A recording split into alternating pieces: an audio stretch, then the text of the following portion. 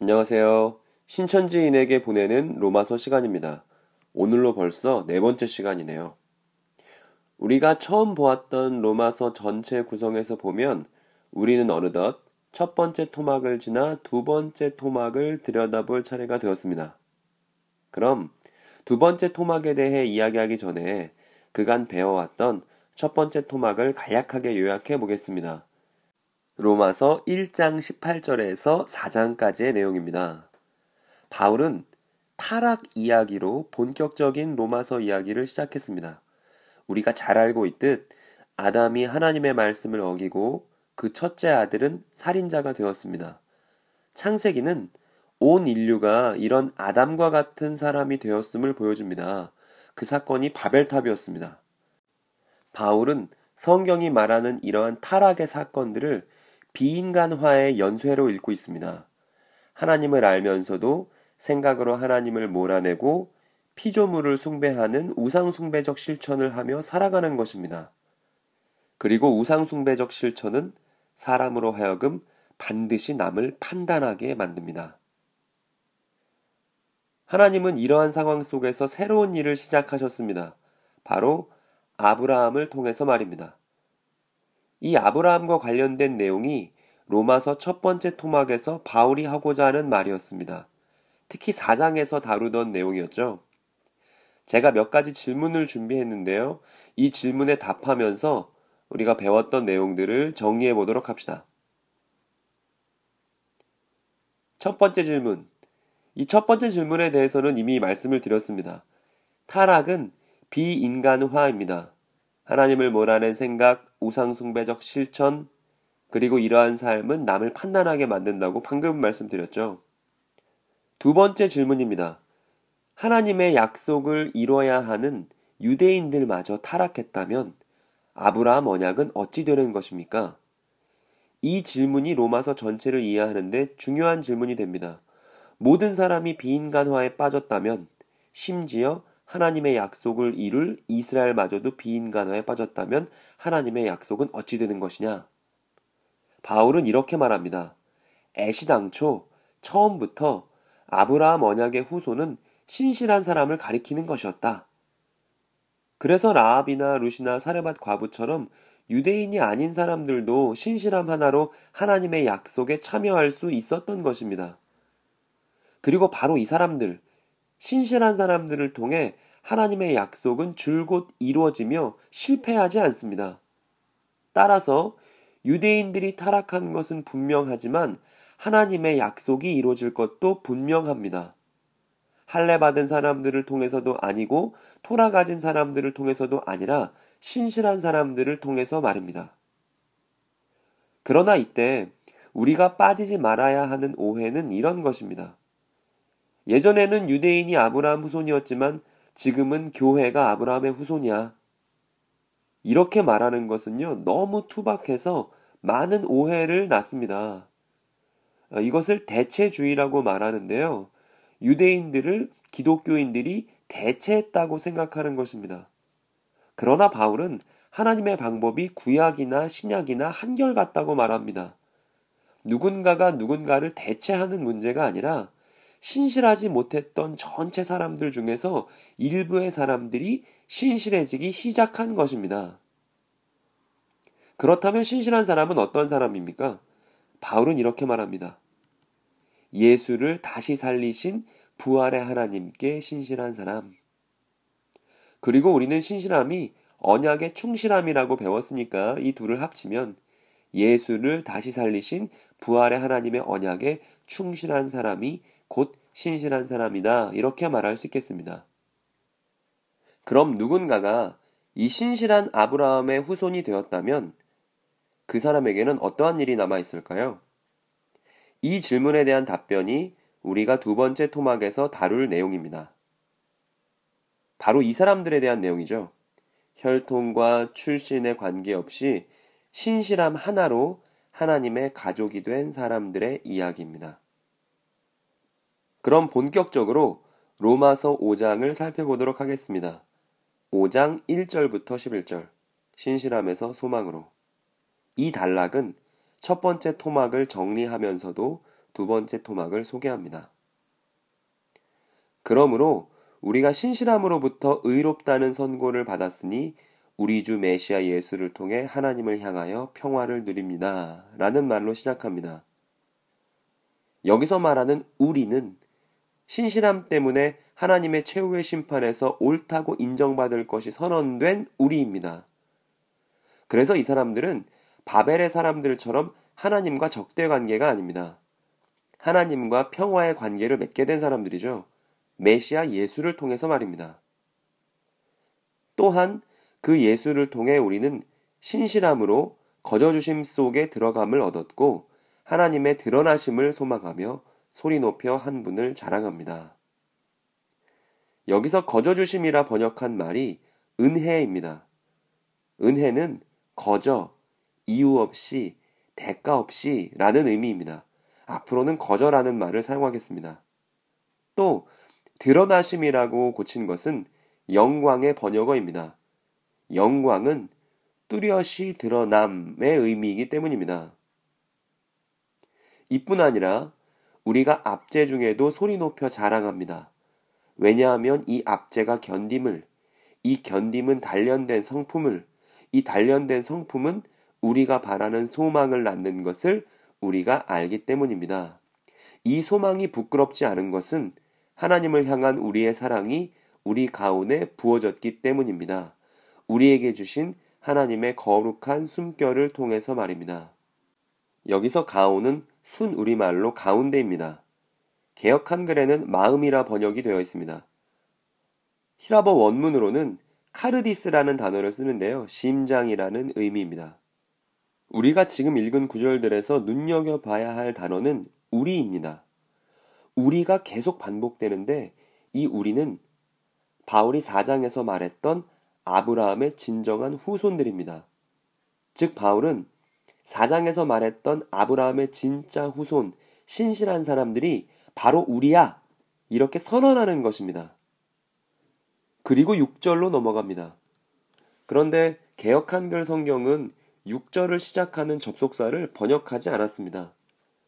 그러나 6절이 이유를 설명하는 접속사로 시작한다는 사실을 알면 그 뒤의 내용을 좀 더 분명하게 이해할 수 있겠죠. 그러나 신천지는 개역 한글 성경을 고집하기 때문에 이러한 내용을 알 수 없습니다. 제가 6절부터 읽어보겠습니다. 다음과 같은 이유 때문입니다. 메시아께서 우리가 연약하여 말씀대로 살 수 없었던 그때에 경건하지 않은 이들을 위하여 죽으셨습니다. 사람은 의로운 일을 위해서도 좀처럼 죽지 않으며 선한 일을 위해서 용감히 죽으려는 이도 어쩌다 있을 뿐입니다. 그러나 우리가 아직 비뚤어졌음에도 불구하고 메시아가 우리를 위해서 죽으심으로 하나님께서 자신의 사랑을 우리와 단단히 묶어두셨습니다. 이 내용이 바로 우리가 신실한 아브라함의 후손이 된 이유입니다. 라고 바울이 밝히고 있는 것이죠. 또한 바울이 예수님의 십자가 사건을 어떻게 이해하고 있는지를 보여주는 본문이기도 합니다. 바울은 예수의 십자가 처형을 하나님께서 우리와 자신을 사랑으로 단단히 묶어둔 사건이라고 말하고 있습니다. 다음 내용 보겠습니다. 그렇다면 우리가 그 피로 의롭다 산정되었으니 그 일을 통해 하나님의 진노로부터 더욱 구원 얻지 않겠습니까? 우리는 여기에서 로마서 1장 18절을 떠올리게 됩니다. 로마서 1장 18절을 펴보세요. 첫 번째 토막의 첫 시작이 되는 구절에서 바울은 하나님의 진노를 언급했습니다. 그런데 그 진노가 로마서 5장에 와서는 역전됩니다. 그것이 바로 구원입니다. 여기서 눈여겨볼 것은 더욱 구원이라는 말입니다. 한번 구원받으면 되었지 더욱 구원이라는 말은 이상하지 않나요? 그러나 구원은 원문으로는 소조라는 말을 씁니다. 근데 이 소조는 온전하고 건강한 상태를 만들다, 유지하다 라는 의미입니다. 따라서 더욱 구원 얻는다는 말은 더욱 온전하고 더욱 건강한 인간이 된다는 말입니다. 우리가 로마서 1장 18절에서 봤던 것처럼 비인간화는 하나님의 진노를 가져옵니다. 그런데 구원은 그 비인간화로부터 온전하고 건강한 인간으로 새롭게 되는 것이 구원입니다. 그러니 더 구원받아야 한다는 것은 맞는 말이죠. 신천지 안에서도 구원을 이렇게 말하고 있습니까? 다음 본문 보겠습니다. 생각해 보세요. 서로 적이었던 하나님과 우리마저도 만일 그 아들의 죽으심을 통해 서로 사랑으로 하나 되는 사이가 되었다면 이미 화해한 우리는 그 아들의 다시 사심 안에서 더욱 구원 얻지 않겠습니까? 바울은 다시 더욱 구원, 더욱 온전함을 말합니다. 그런데 이 더욱 구원을 가능하게 하는 것이 바로 이 아들의 다시 사심입니다. 부활입니다. 죽음을 이긴 생명, 곧 부활의 주님 안에서만 비인간화에서 더욱 온전한 인간이 되는 기적 같은 일들이 날마다 이루어질 수 있다는 말입니다. 여기서 그치지 않습니다. 우리는 우리 주 메시아 예수를 통해서 하나님 안에서 소리 높여 자랑하기까지 합니다. 이 예수로 인해 우리가 서로 사랑으로 하나 되는 사이가 되었기 때문입니다. 정말 여기서 그치지 않습니다. 십자가로 하나님과 하나 되고 부활로 더욱더 온전해지게 된 사람은 이제 다른 신실한 사람과도 하나 되는 사이가 됩니다. 하나님과 사랑으로 연합하여 온전해지는 사람이 이웃과도 사랑으로 연합하는 것입니다. 그래서 이렇게 요약할 수 있습니다. 하나님의 진노를 받아 마땅한 우리가 먼저는 십자가로 하나님과 하나 되고 부활 안에서 온전해지며 서로 사랑할 수 있게 되는 것이 곧 우리 신실한 사람들의 자랑이다. 그 다음 내용입니다. 5장 12절에서부터 21절 아담에서 메시아로. 바울이 4장에서 아브라함 이야기를 했다면 5장에서는 아담 이야기를 합니다. 그래서 다음과 같은 일을 알 수 있습니다. 여기서 비뚤어짐이라고 번역한 말은 히라버로 하마르티아라고 하는데요. 개역 한글에서는 죄로 번역합니다. 본래는 관역을 빗나감이란 뜻인데 로마서에서 하마르티아는 아담적 인간성을 가리키는 말입니다.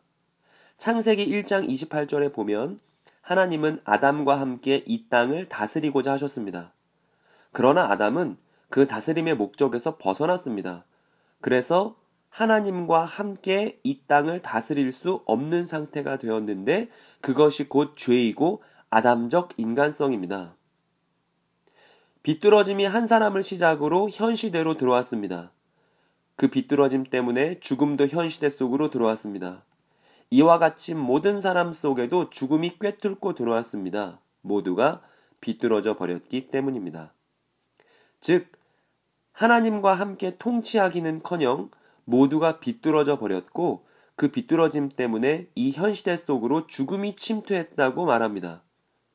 현 시대에 관해선 이후 영상에서 자세히 말씀드릴게요. 그래서 이렇게 된 것입니다. 이제 바울은 아담과 예수를 비교 대조할 것입니다. 아담의 비뚤어짐으로 생긴 결과는 모든 사람의 비뚤어짐입니다. 즉 아담의 인간성에 갇혀버리게 된 것이죠. 죄인이 된 것입니다.